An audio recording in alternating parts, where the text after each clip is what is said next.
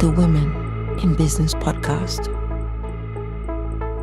Insights from top financial professionals. Strategies to grow your practice. The future is female. It all begins here.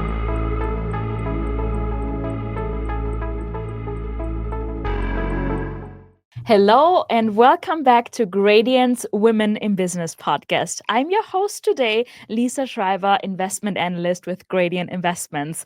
And today my guest, and I'm really excited, Ellie Robison, investment advisor representative for Paladin Financial. Yes. Ellie, it's so good to have you. Thank you for joining me. Well, thank you for having me. Yeah, and I first want to list all your licenses and everything you have, because you come with such an abundant skill set that this needs a special spot. Oh, thank you. So let's start. You hold Series 6, 63, and 65 registrations, plus the Minnesota Life and Health license. Yes, that's correct. This is awesome. You're a powerhouse. So I'm trying, Lisa. Yeah. So I'm really grateful that you sit down with me today and discuss. We should be in it for a good conversation. I think so too. Absolutely. And I've also been looking forward to this conversation because I'm really interested also in your background today. What Okay. brought you to the whole financial industry? What sparked your interest? How did you get where you are today? And also, you started something very interesting and special with Paladin Financial, which is the Women of Wealth event series. So I wanted to dive a little bit deeper into that today as well. Absolutely. Perfect. Ellie, I just mentioned all your skill set and all your abundant knowledge that you bring on the job. But take us back a couple of years. Take us back a little bit on your background that we're interested in, to get an idea of what brought you into the industry, what sparked your interest. Was there one specific spark, or did it come over time to you? Like how did you end up in the financial industry? I love this question, Lisa, because it comes up every once in a while with prospects who come Yep. through my door, and I'm like, okay, I'll give it to you straight. Mhm. I went to design school. I went Yeah. to technically art school. I Yeah. did not originally go to school for finance. However, I grew up in a very financially literate household, I should say.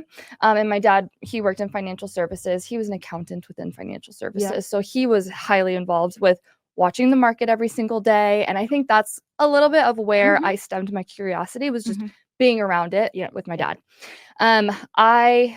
I'm going to go back a little bit further than just a couple years. Let's go Awesome. back I love it. over 10 years ago Yes. when I was just starting out at the University of Iowa, actually. I was way too scared to go to school for finance because I was terrified of what if I make the wrong decision and major in something that I absolutely hate. So I went the safe route, and I knew I was good at design. Yeah. After I had graduated at the University of Iowa, I moved up to Minneapolis here in the Twin Cities, and I got a temporary job at Piper Jaffray, which is now Piper Sandler. It was a temporary job, but it was my first job around finance, even though I was working within design and marketing. And after that, I had jumped over to Gradient, and Gradient was really the catapult to me switching career paths while I was here in this building and working around independent financial advisors and just learning the lingo. And once I absorbed myself enough with it, by just being around, the conversations in the office, but also educating myself outside of the office, I've had a series of mini clicks throughout my life where I'm like, oh no, I think I can do this. Yeah. And that's where there was a beautiful combination of COVID and switching career paths where there wasn't a lot of things to do since everyone was sitting at home. And that's where I started studying for my licensing. So I did my Series 65, which was my first licensing that I knocked out. And it was very hard switching from, a design and marketing background. A complete shift in mindset, yes. right? Yeah. It's brand new terminology. There was so much work that I had to put into it, but it was doable because of the COVID circumstance. I was just at home and I was just reading and listening to podcasts and watching YouTube videos and just understanding like, what is this textbook telling me, and going from there. So there's been, like I said, a series of clicks throughout my life where I'm like, oh, I think I can do this. Oh, I'm actually doing it. oh, I'm, I like cannot stop putting all the licenses in. yes, absolutely. Yeah. And I like to I do think of myself as a designer still. Mhm. Instead of working with colors, I'm Yeah. just working with numbers now because in a sense, I'm still taking a problem that someone brings to me and I'm creating a solution for it and organizing it out on what are we trying to achieve here, and this is my proposal. So in the Really same love way, I that, kind yeah. of think of myself as a designer still deep down. Yeah, I really love that example because it's basically what it is. You Yeah. just switched your mindset, and your solutions are now around numbers and not Exactly. colors and formats. Yeah, Exactly. this is awesome. I also wanted to ask you, why did you decide to work for Paladin Financial, specifically for an RIA, where they are? I mean, there's abundant of opportunities within the financial industry, Mhm. and then there's also great opportunities as an advisor, right? You can go to a larger firm like Anywhere. the very large one, Ameriprise, yeah. US Bank or Piper Sandler or all of that, or to a very small shop. So how did you came up with Paladin Financial that you want to work for? That's a good question, Lisa, just because when I decided I wanted to change career paths within Gradient, I switched between marketing and then I went over to Case Central, and that's where I learned all the basics of financial planning. That's where I got my licensing. After a couple years absorbing through that experience, I quickly realized I need to work with clients. Yeah. I am a people person. I want to be client facing. And so from there, I did a lot of research, and I shouldn't just say research, I did a lot of interviews myself outside of the network that I'm familiar with. So I reached out to CFPs that are working downtown at Northwestern Mutual. I talked just to my Minnesota network that I had created throughout the couple years. And I started talking to all of these different kinds of advisors at all of these different kinds of firms, whether they're captive or independent. I did have the opportunity to work at Paladin. Nikki Foley is the one who initially hired me at Gradient 7-ish years ago. So she And did with me. She was also part of my interview process. And so she was the one who said, hey, would you be open to working with my husband? Because it was just Jeff who was at Paladin at the time. He started it, and Nikki was still at Gradient at the time. And so I said, yeah, absolutely. Let me chat with Jeff. Let's make sure that we are a good fit for each other too, because I think the beauty of this industry as a financial advisor too is you kind of get the luxury of where you want to go. Especially in the independent space. So that's what I've learned by talking to all of these advisors and all these different parts of their careers, whether they're entry level or very advanced in their careers, is you get to build the life that you want. You are a salesperson at the end of the day. And so in the independent space, even more so, you have a little bit more flexibility on how you want to market, on, the clientele that you want to work with, as opposed to captive environments. You're a little bit more siloed into what you have to do. You have to kind of follow their business model. And there's still a little bit of creativity in me that I said, I need the flexibility. I want a little bit more freedom. And that's where I landed at Paladin, is I wanted to work with a couple, Jeff and Nikki, of just a couple that I have known throughout the years. Is I had known Nikki for a few years prior because of Gradient. And I said, no, I think that there's something here and I want to keep building this relationship that I've already started. I don't want to start rebuilding new relationships outside of what I've already built. So that was the route that I really wanted to land on. And that brings me to my next question here, is like, what is your role within Paladin Financial? And you just mentioned already, you can bring in your skills that you learned in your previous career as well. So what is your skill set? What are you doing at Paladin Financial? What is your role exactly? I mean, I say that I'm just a financial advisor, which of course that title is not regulated, right? Anyone can call themselves a financial advisor. My email licensing, it says investment advisor representative. That's my highest level of designation that I have, or licensing that I do have. At the end of the day, as a financial advisor or a financial planner, like, you're in a sales role, truly. Like, you are trying to bring in new clients and trying to find the right clientele that you want to work with too. And so yes, I say I'm a salesperson, but I'm not just on the phones all day, every day, like cold calling people. No, it's not exactly like that. There's a lot of a meeting preparation that I need to Mhm. do before meeting with a prospect or a client. There's a lot of post work that needs to be Yeah. done too. Exactly. Clients, they're coming to you because they might not be the most organized mhm. too, or knowledgeable in general. And so I'm like, okay, there's a lot of tasks that I need to do, but you also need to do your homework too. So a lot of follow up and a lot of nurture that goes into having my clients long term. I mean, and it's busy. And Oh, you're it's so always busy, right? so busy Whenever all the I'm seeing time. you're always on the go. Yes. How did you, and it's a busy job, right? How do you keep up with all of that? After a busy week, how do you calm down? How do you manage all of that? How do you bring that all into one hat? Good question, Lisa, because I feel like some weeks I'm like, I don't know if I can do this forever. Yeah. There is a philosophy that we're trying to adhere to at Paladin, and it's relatively new, is we want to start building out our calendars on surge weeks and have certain, more so for me, I want a month, a couple months out of the year where I just focus on my existing clients and I do their annual reviews for a few weeks at a time. And then get out of that mindset and then shift into prospecting once those weeks are done. So there's like an on and off that we are trying to adhere our calendars to at That Paladin. is a very interesting approach to kind of really do that based on a calendar. I haven't heard that before, but it is a really interesting approach to kind of being able to focus at one thing at a time. Exactly.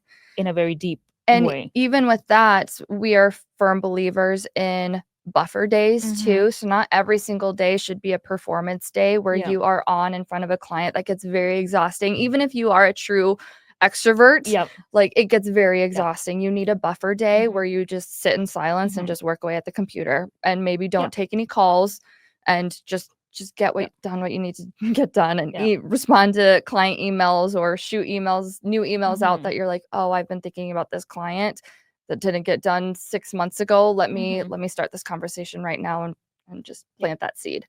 It makes total sense because you just mentioned it. It's not only the actual appointment. There's a lot that goes into it that you have to be prepared for. There's a lot after it that you know, if you want to do it right, you have to concentrate on a lot more than just when the client is in. So that is a good point to have such buffer days as well. Correct.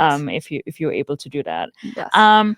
Another part, and you just also mentioned that a little bit. And because it's a women in business podcast, I want to specifically focus a little bit on that. Was there maybe a woman throughout your way that guided you a little bit within the financial industry that was a kind of role model in the past or in the present, no matter if professional or private? Was there a specific woman that helped you a little bit along the way or that guides as a role model? Right.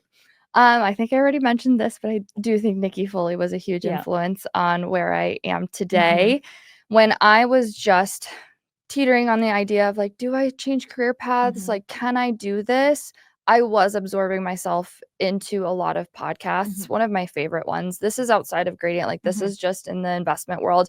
Ritholtz Wealth Management is a huge platform of advisors, and I just would absorb myself listening to them.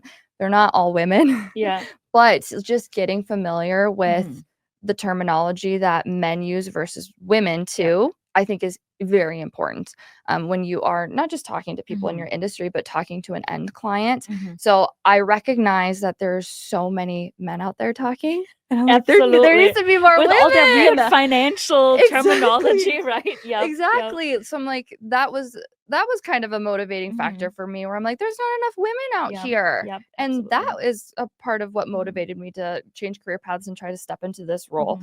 And hopefully I'm doing it successfully today. So, I think that's all I really have for you. There was actually, now that I'm thinking about it, there was one particular podcast, which they have discontinued it, but it was a Wall Street Journal podcast that I was listening to a lot around the COVID time. So 2020, 2021-ish.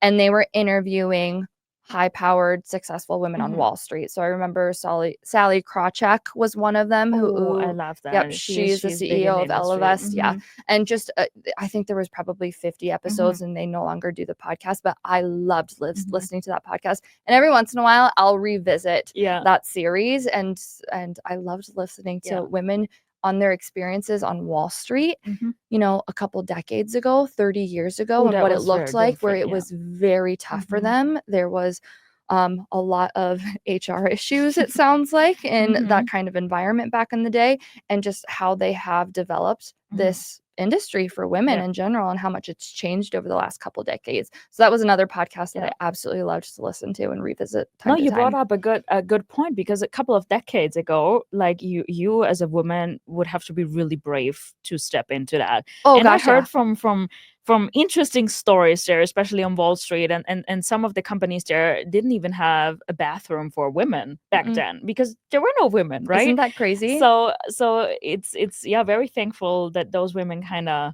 Paved the path. paved the way for us. So you would agree with it that it's very important still today that we have some form of female role model, female Absolutely. leadership. Yeah, Yes. absolutely. And that doesn't mean that we do not want to have men. No, role not at models, all. right? We Just to still love mention our that. men. Yeah. we love them, but I think it's important, especially in such a male-dominated industry, to also Absolutely. have women to look up to. Mhm. Yeah, I think so too. absolutely awesome. Ellie, on another note, I also invited you today because you do now started a new series at Paladin Financial. Very excited about that, which is called the Women of Wealth event series. So I want to talk a little bit about you about that, because you just had your first event, and it's a series, so it's recurring. So I want to talk a little bit about what your role is within that. How did you come up with that, and what is it specifically? Well, it wasn't just me by myself. It was definitely a collaborative environment at Paladin with all the women. It wasn't just me and Nikki Foley. It was Alyssa, who was on my operations team, Lindsay and Nicole, who helped support with marketing. We knew, on a branding perspective, we wanted to have something that we could build an acronym out of. So Women of Wealth acronym is WOW. Yeah. It's very That is cheesy, awesome, but it sticks with you, right? it And is. so we wanted to have something that was easy to say, hey, come to our WOW event, next month, or just something catchy to remember. Again, on the branding perspective, I was the one who kind of drove that. Just because of my background, I built some logo drafts in PowerPoint, and I knew what color scheme we wanted to lean into. I wanted to match our Paladin color scheme. I wanted the same tones, so kind of built that and then dropped it off. This is another way where you bring your former career into it was today. fun, but I did not have enough time to just do it all the way through, so I did have to pass it off to Luson down here at Gradient, and they kind of finished it off and polished it, and it looks beautiful, our logo and our branding for it. What we wanted to build more on the mission statement side of it is we want to create a community of women where they feel comfortable coming to these events. It is not strictly about finance. We're not trying to force them to, sit down and have a meal and listen to a presentation for an hour. We're not trying to do a seminar per se, but we want to invite our clients and make them bring a friend. So it is a type of hybrid event of client appreciation, but also kind of a prospect event on making sure that we are introduced to their friends and family.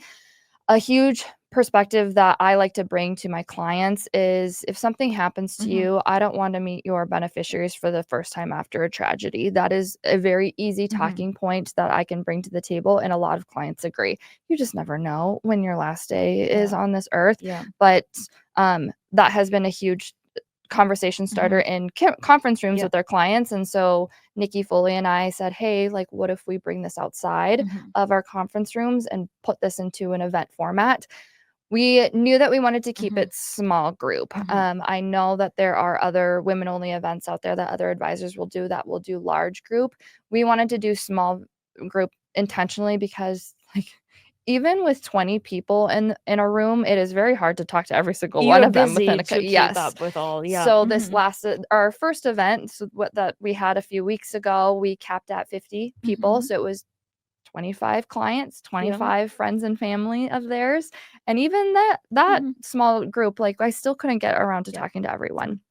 So, we initially had a tiny little presentation at the beginning, just introducing the concept of WOW and what we're trying to do here. And I think the biggest thing that we are leaning into is women. We are very good at storytelling, whether we think so or not. And I don't think I'm a good storyteller, but we just like sharing what we love, right? And I think a good example that just happened the other day is we hired an executive assistant in our office. Her name is Katie, and she's from Michigan. And her husband has been cutting her hair since COVID. And she was like, Ellie, I need a hairdresser. Like, who should I go see? And I told her, I'm like, I have my favorite guy that I've been seeing for years now. I had seen so many people when I had first moved to the Twin Cities. I have this person for you. Go see him. And women are so good at just saying, hey, I love this. Go, like, and they'll tell all their friends and family about it. So when we were doing our little introduction to Women of Wealth, we're not directly saying, hey, you need to work with us. It's, hey, like, this is the community that we're trying to build, and we're trying to build a safe space for everyone to talk about their experiences. And at the meantime, like, we are the professionals. You can hire us to be on your team and help carry everything through. So it was a very soft ask of our prospects of, hey, you can work with us. No pressure if you don't want to. At the end of the day, it's your life. But so it's a different approach. And I want to elaborate a little bit more on that, because it is different than a dinner seminar. It is building a community. And that is also has especially something to do with Minnesota, how Minnesotans are. And you just mentioned that, right? We're kind of more on recommendation basis and more building a community. And also that the market is sometimes feels a little bit saturated here. You said before that you had to come up with something else and introduced this route to kind of build a community and do it this way, just to be different. And it also reminds us not everything works in every geographic, right? Our advisors are all across the US, right?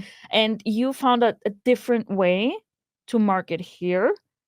It might not work in Florida or California or somewhere else, but I think it's a beautiful way that shows you should try different things, because sometimes it's not you, sometimes it's just, hey, the cultural background, sometimes it's just a geographic that calls for something else. Absolutely.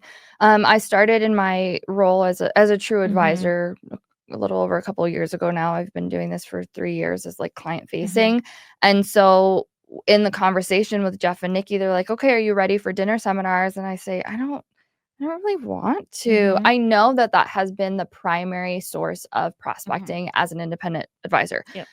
But we're not the only ones here in the Twin Cities. Like I see so many mailers go out to my friends' parents. Like they're receiving 5 dinner seminar mailings at the same time as ours going out too. And so that's where I kind of brought it to the table, where I said I wanted to try something different. I do believe that there can be areas of saturation in certain cities. The Twin Cities, I feel like it is, but who knows? I don't actually know. I'm not running the numbers. This is just my own opinion on what I'm seeing out there. And I do think in the Twin Cities, you have to focus on who you're marketing to, right? And it's kind of geographically dependent.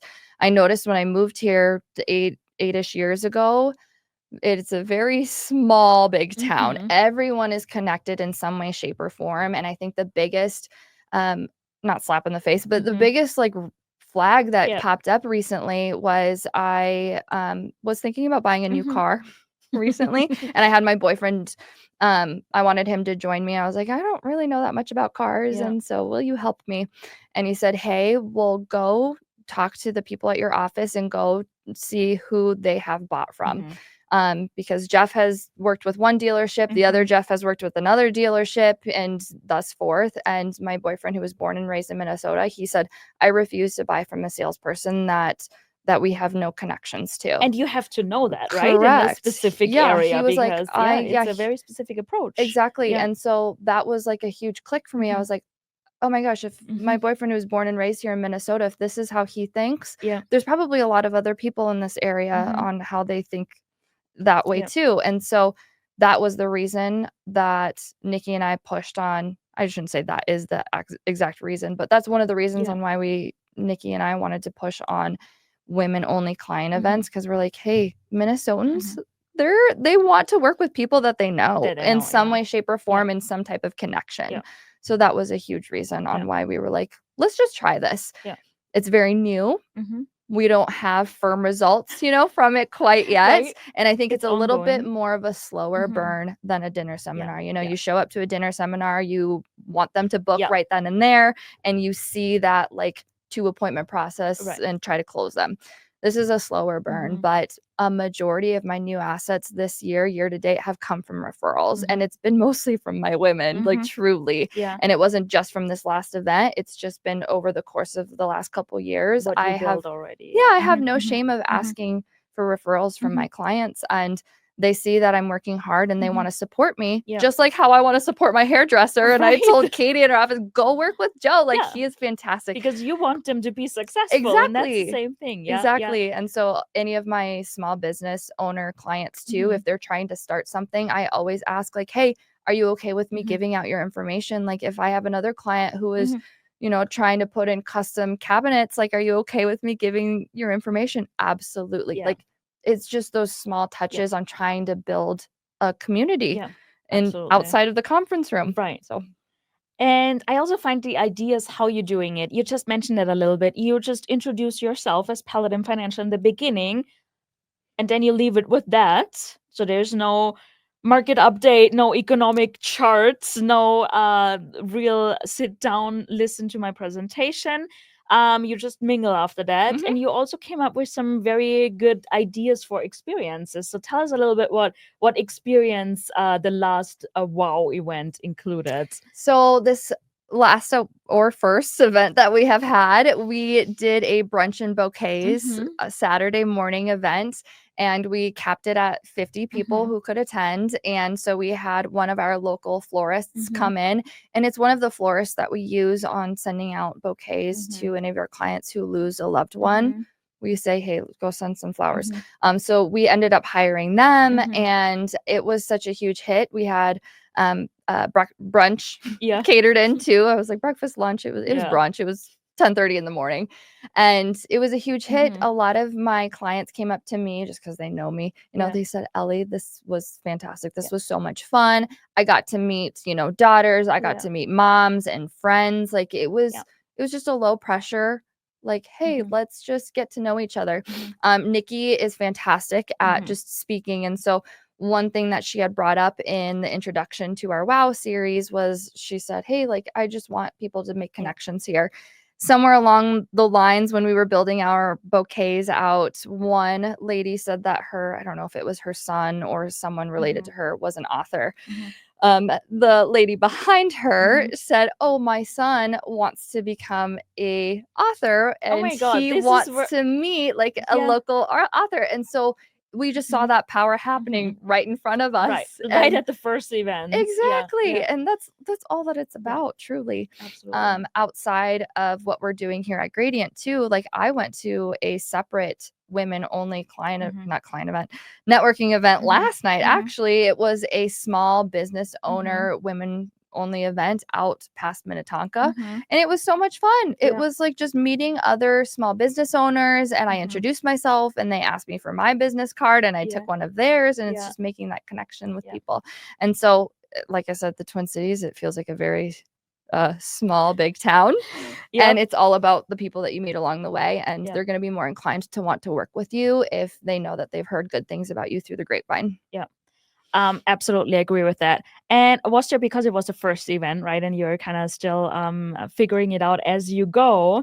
But there's a lot more interesting, amazing stuff to come. Was there some lessons learned? There's always a lessons learned, what you kind of change a little bit and tweak along the way. Was there something that you say, okay, we try this again because this worked particularly well, or we maybe hold off of something else?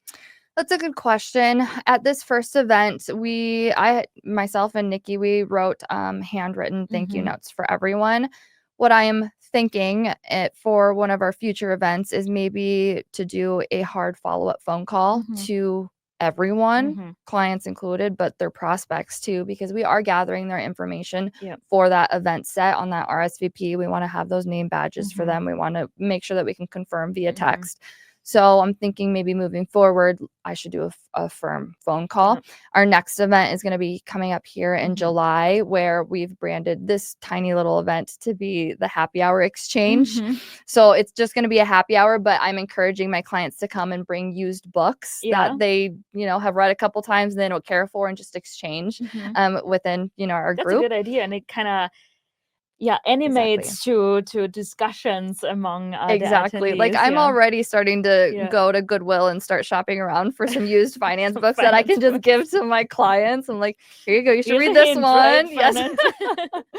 Yes. So maybe for this next event, doing a hard follow-up via phone is what I'm thinking, since we did more of a softer thank you follow-up on this first event. So that's my thoughts for this one. But I think that's the beauty of shaping this event series, is it's not set in stone. And again, as an independent advisory firm, it's not set in stone. We kind of get that luxury to just shape and mold what we really want this event series to turn out to be. So that's awesome. And do you have, if some of our listeners are interested in doing something similar, or doing women and wealth events especially, do you have a good idea how to start and where to start? I think that it would be a good idea to start asking your clients first and just getting a feeler out there, because I remember that this has been in the formation for at least a year. We had been thinking about it, and I had asked some women clients along the way when I'm sitting down in my annual reviews with them, hey, would you be interested if I were to do this? A majority of them said yes, and so that was an indicator of, okay, we need to do something and just try to get something done. There's a couple women out there that were like, no, I don't think so, I don't care for that, and that's fine. But as long as it takes a couple of times, exactly, so getting a little bit of feedback from clients firsthand, I think, is step one. Step two is just knowing the environment of the city that you live in, right? And so we kind of knew that on Nikki and I, as outsiders not from Minnesota, after being here for a while, we say, hey, we need to lean into the community here. That's what Minnesotans value. So we need to bring that to the table. But there's going to be different styles for every single city out there. So you kind of need to read the room when you're trying to prospect in a certain city. I think step 3 would be just go for it, right? What do you have to lose? There are lower cost, ideas that you can do for certain events. And the event that we had here was relatively low in cost. We did not break the bank doing it. We just hired our local florist and paid, a little bit of money for the bouquets for all of our clients and their friends. But that was it. And a little bit of food too, but nothing crazy. I do think smaller groups is, I think, in my opinion, the way to go, because you will be able to, talk to more people that way. In our bigger client events that we have a couple appreciation events where we open it up for our whole, client base, and we say, hey, bring whoever you want, bring everyone, bring the neighborhood if you want to. It is so hard to talk to everyone, and I get stuck in conversations, and I love my clients, and it's hard to tear away and start talking to the next person. So I think small groups is really the way to do it, but it's up to you on how you end up following through on your event. No, it's really interesting, because I have the honor to sometimes attend women in wealth events of our advisors as a speaker when they bring me on to have a market update outlook. I try to make it as fun as possible with my numbers and charts, and that feeds into the women who are at the event, and the community is, no matter what city the attendees, sometimes they come in maybe not as confident, but feeling okay, this is an all women setup. They're all in the same boat. They might feel a little bit more confident opening up and asking questions in an all women group. Also, they're coming in, might not be all of that interested in finance at all, but they see the value behind that in setting up a plan, in planning for your financial future. And they also the wow event sometimes at the end is hey, actually, I do not have to do it alone, right? There's someone that can help me with that, even if I am not as knowledgeable and I'm not as interested maybe in that, but I can get some help, and they're all sitting in the same boat. They're talking with each other and all of that. So that is one of my takeaways from those events, from the female attendees, from the women that attend, and also from the advisor side, to kind of set that up and building their community.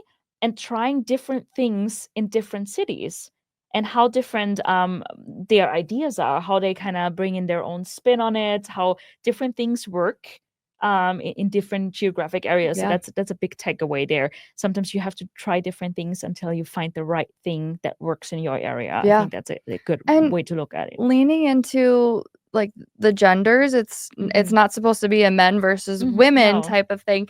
But I recently read the book Men Are From Mars, Women Are From Venus. I heard about that. Yeah, it's an old classic. I don't even remember who the author is. I just read it because my boyfriend said, "Hey, Ellie, you should read this." I'm like, okay. And it highlighted how much like men want to create things, and they want, they're a little bit more engineer-like, where they want to build things and they want to be with their hands, and they're very innovative. And women care more so about community, and they want to build their little village. And so just highlighting those type of differences between your men and women clients is important. And so that was yet another reason why we wanted to do this women only event is a lot of our annual reviews and a lot of our meetings with clients, it's so numbers oriented. It's very analytical. And sometimes our women clients, their eyes just glaze over, and I'm like, okay, I'm losing them, but I see the husband is very engaged. Great, fantastic. But there's always going to be a couple. I see so often couples, like one is very much in charge of the finances and the other one is on the back burner. And it could be the woman who's in charge. I have a lot of those client couples too, but note it, just being mindful of the differences between the genders and just personality types too is so important, and leaning into that. Right. And what works for different genders, for different geographies, and for different sometimes time throughout the life, right? Yeah, what exactly. kind of works for you. It was so interesting to kind of dissect that a little bit deeper, like what the WOW events actually are, and how a different approach to women's specific wealth events. So thank you for joining me today. Of course. As we're wrapping up, Ellie, I kind of wanted to get some more personal secrets out of you. Let's put it that way. So let's wrap up with, if you would not be in the financial industry today, and I'm glad you are, because you bring a lot to the table and you do an awesome job for your clients and for the whole women in that industry. Is there something that you would do other than finance? So what is something else that you... I definitely, the designer in me would want to go interior design.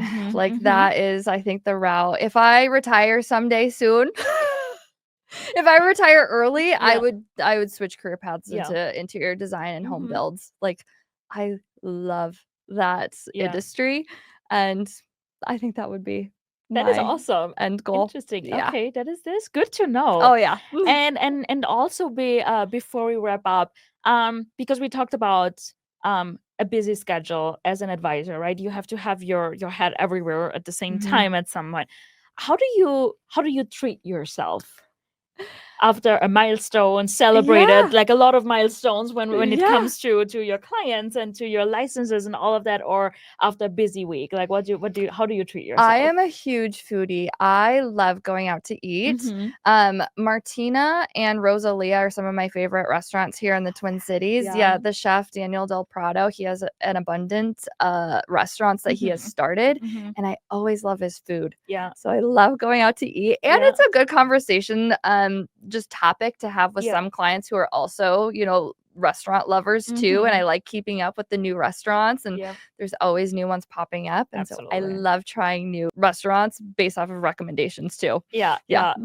I get that, because like Minneapolis is the largest city I've ever lived in. And I moved here 3 years ago, and I was like, oh my God, there's so many. There's so much. Like, I love it. Where has this been all my life? Right? There's so much opportunities. So I'm with you on that little treat. It's fun, and every restaurant has their own vibe. I love being around other people and just having a waiter to calm down and enjoy. It's so nice. Yeah. So awesome. I love going out to eat. Ellie, thank you so much for your insights today. It was really great discussing to you, learning a little bit more about your background, but also about the women-specific events. And I think one of the largest takeaways for me today is there are different things that work in different areas and with different advisors, right? And we sometimes have to try different things until we find our our specific spin on it, on something and how it works. So that is really a huge takeaway. If today's episode sparked an idea how you wanted to bring forward your business, please do not hesitate and give us a call at 8100-407-4137 to connect with the director of marketing to get your ideas into action today. Or visit us at Gradient Women in Business website, where we share all things podcast, webinar, and events. And to be sure to be back every month for our Gradient Women in Business podcast that you can find on Apple Podcasts, Spotify, or if you like to watch your podcasts on YouTube. Thank you so much for joining us today. See you the next time.